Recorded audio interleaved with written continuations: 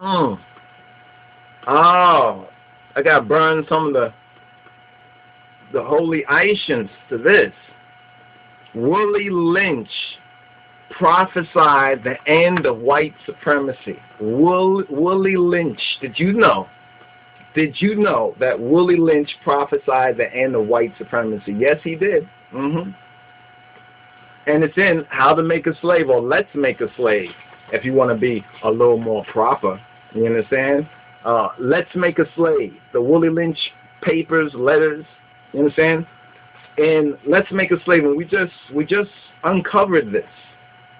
We don't want to go the Christopher Cologne route of discovery, because but so far we haven't heard anybody talk about this. Please, anybody who knows this document, go and look at your copy. Mine says right here in the third paragraph of William Lynch's message, where he talks about what he had in his bag, a foolproof method for controlling the black slaves. He says, I guarantee every one of you that if installed correctly, it will control the slaves for at least 300 years.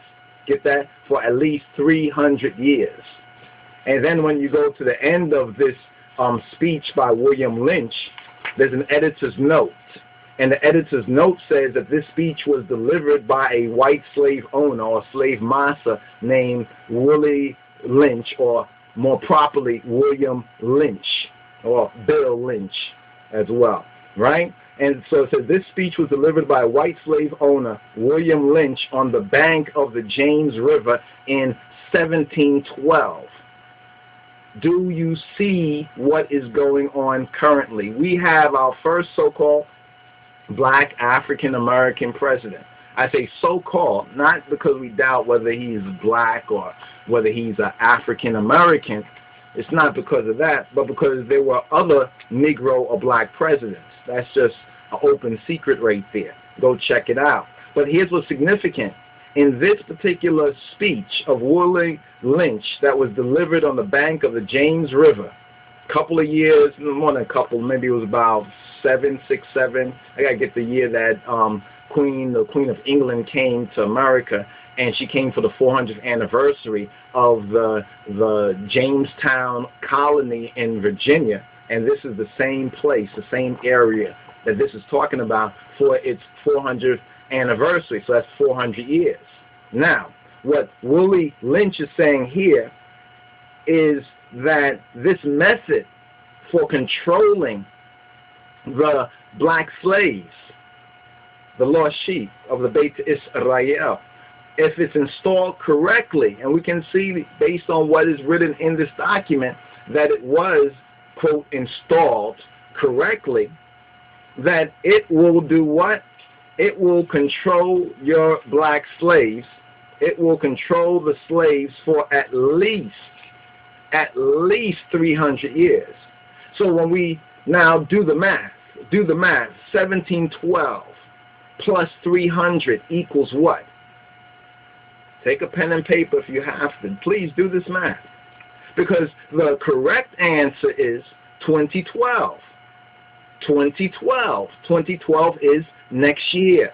Now, if you don't know, there's a lot of folks and a lot of people, past and present, that says that 2012 is bound to be a very, very interesting year. I mean, in fact, we're living in interesting and very perilous times as well. However, 2012 is the end date, was Willie Lynch's prophesied end date for the possible ending of the control, this psychological, you understand, this spell of niggerism, you understand, of nigritude, you understand, and neglect of who we are as a people. This is so very interesting, my brothers and sisters. I don't know. I feel like shouting it from a mountaintop. You understand? For shouting it from the mountaintop. This is so very interesting because, in addition, if you haven't caught this update, they're already putting in effect one of the last things that Willie Lynch said in his speech about not forgetting to pitch the old black versus the young black male.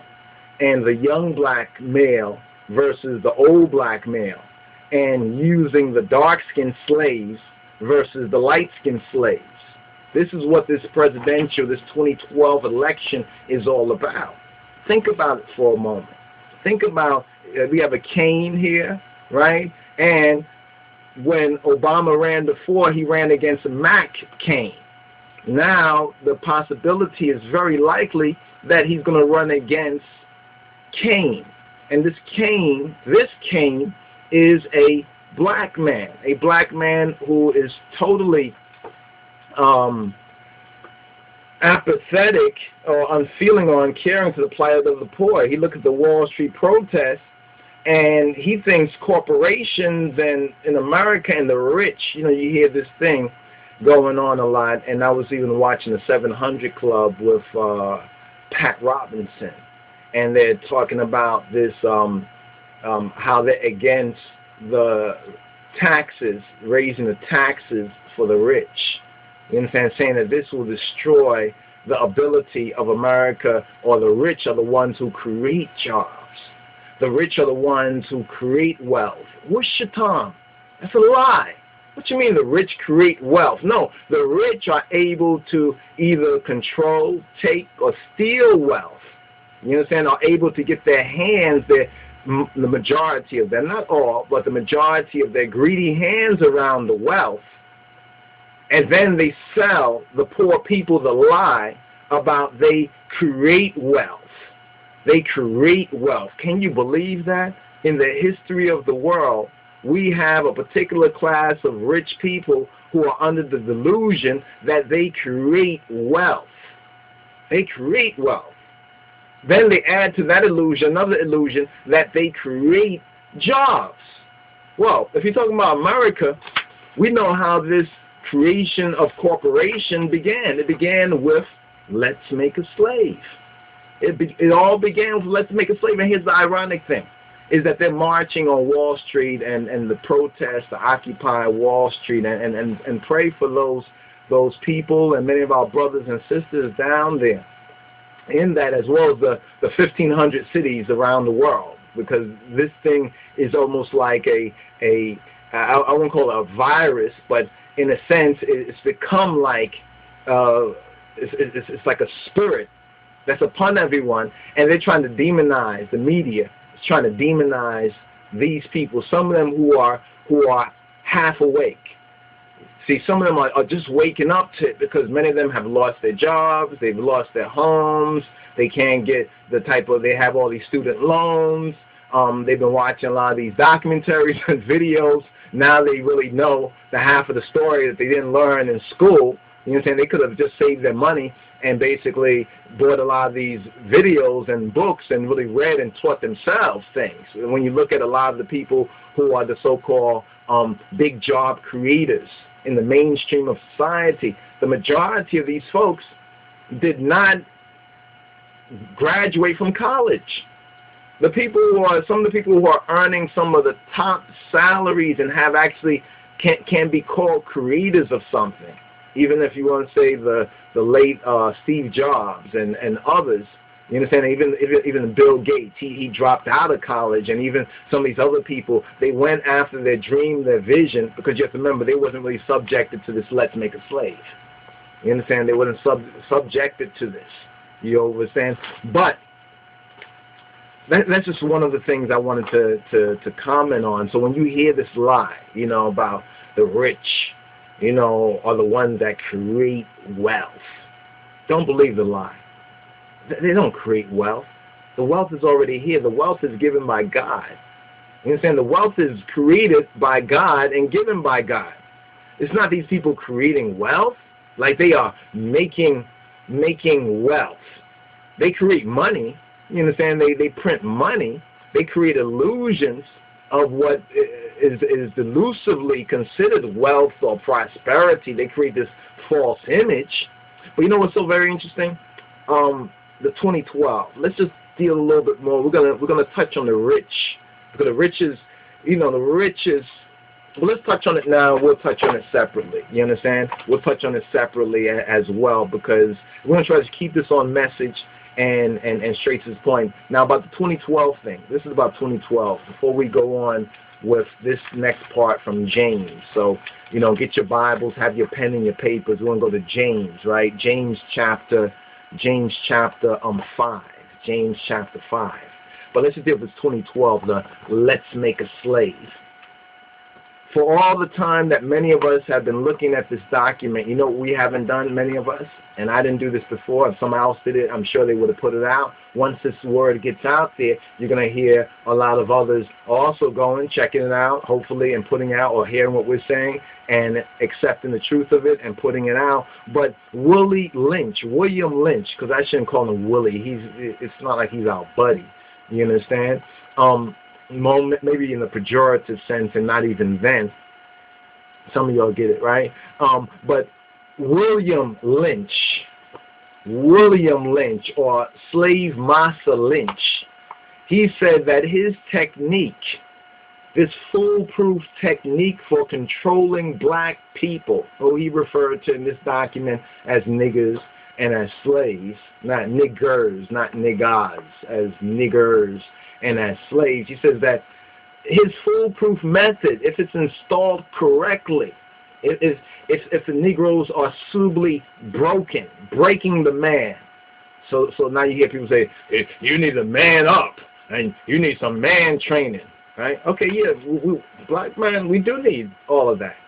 But how can you avoid how it all started? How can you avoid the beginning? And this is what they refuse to do, whether it's looking at Wall Street.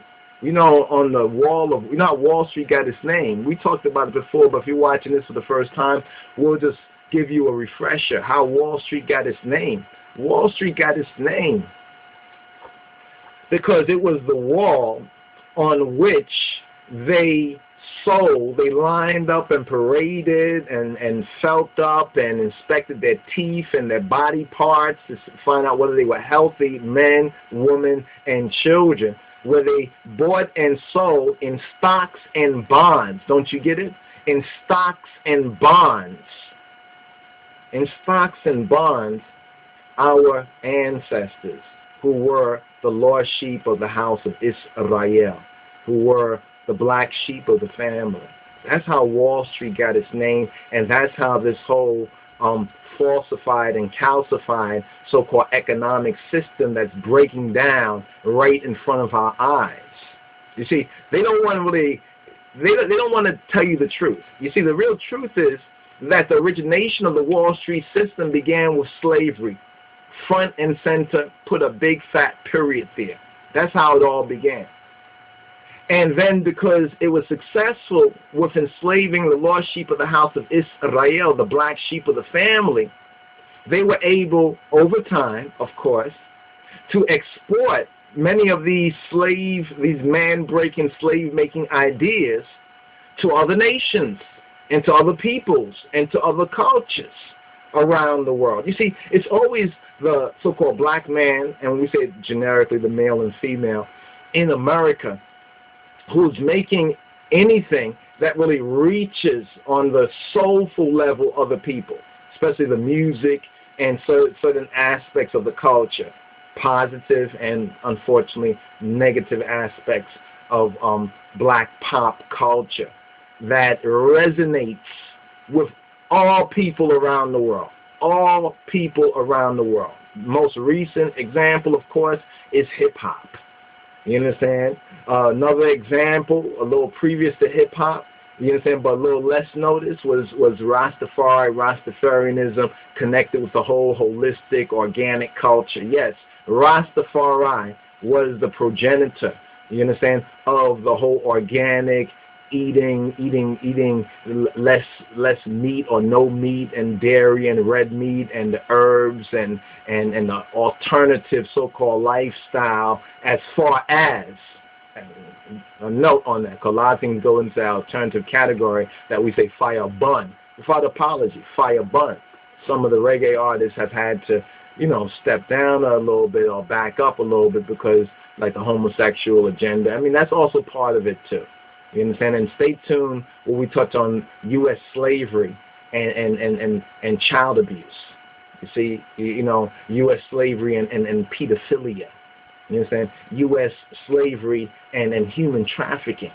You see, you know, it's amazing how hypocritical. Well, you know, we shouldn't even say it's amazing. Let me make a little resolution here, and may the King of Kings, in the name of Jesus Christ, in the name of Jesus Christ, strengthen me so I can carry through. Not to say it's amazing, because it's not amazing. You understand? It's only prophetic. You understand? It's only real that we're seeing the so-called rulers deny the real causes. Because the real causes, the real wealth, first of all, of America is you, black man, is you, black woman. You're the real wealth of America, but you don't know it. You understand? Because they got all these schemes and conspiracies, and this document, you see, once you get this document, once you check out this document, and a lot of this will upload into our website, free downloads, and it should be out there elsewhere, but some of the newer versions of Let's Make a Slave, they take out the word nigger and they put the word black or something like that, or take out the word Negro, the N-word. That is not authentic. Don't go for that BS. You know what I'm saying? You don't take out a word or whatnot. If the Nazis said some filthy, inhuman, despicable thing about white converted Jews in Europe, the Jews don't water that down. They don't water that down. This happened. They don't stop talking about it, and nobody dares go up to them and say, listen, stop talking about the Holocaust, because it's already done. The Germans paid reparations. Most of the Nazis are dead. So you can move on to something else. Move on to something else. Why don't you move on? Can you imagine any of them dare saying that? But even if people don't want to make those changes, you know what will help make those changes? The times that we're living in. The times, them are changing.